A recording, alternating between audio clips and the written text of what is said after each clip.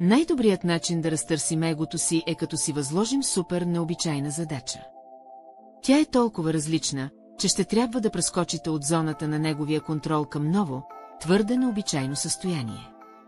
Ефектът ще е наистина разклащане на неговия авторитет и зародиш у вас на вяра, че може да преобръщате нещата в живота си без да имате неговата задръжка.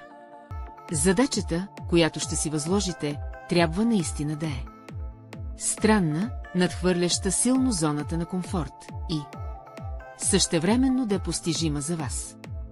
Резултатът, който се постига с горната задача, е, че ще може да почувстваш по нов начин онова, което си считал за недосегаемо, а също така и да не се чувстваш уязвим в онова, което егото преди това ти нашепвало като заплашително.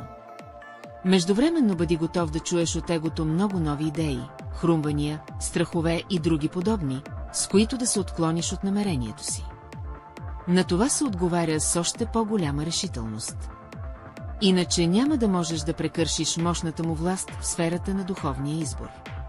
На егото трябва да остане само територията на физическото ни оцеляване, тя не е маловажна, нека там се простира със своите ресурси.